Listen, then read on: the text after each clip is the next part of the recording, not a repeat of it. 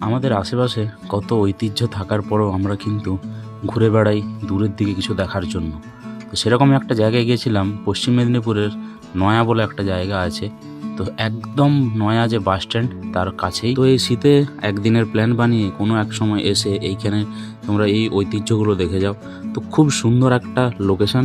তো হঠাৎ করে কিন্তু প্ল্যান বানিয়ে আমিও চলে গেছিলাম, কিন্তু যাওয়ার পরে এমন একটা মানুষের সাথে পরিচয় হলো যিনি এই জায়গায় একদম প্রথম থেকেই আছেন বললেন। তো এনার বয়স প্রায় 86। তো এনার মুখে অনেক কিছুই কথা শুনতে পেলাম এখানে, তোমরাও এসে এনার সাথে কথা বলতে পারো। তো খুব সুন্দর, ইনি ভালো করে বুঝিয়েও দেবেন কিভাবে কি এগুলো তৈরি করেন উনি। আমরা এতদিন জানতাম এই যে আমরা ছবি আঁকি, তো সেইগুলো একটা কালার ছাড়া কিন্তু আমরা করতে পারবো না, কেমিক্যাল রং দিয়ে। কিন্তু ইনি এখানে দেখিয়েছেন এই যে রঙগুলো তোমরা দেখতে পাচ্ছ, এটা কিন্তু কোনো কেমিক্যাল ইউজ হয়নি।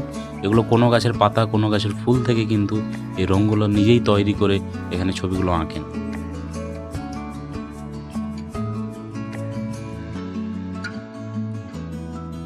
তো নয়ার যে ইন্ডিয়ান অয়েলের পেট্রোল পাম্পটা আছে, ঠিক ওর উল্টো দিকের রাস্তা দিয়ে আসলেই একদম এনার বাড়িটা সোজাই দেখতে পাবে তোমরা।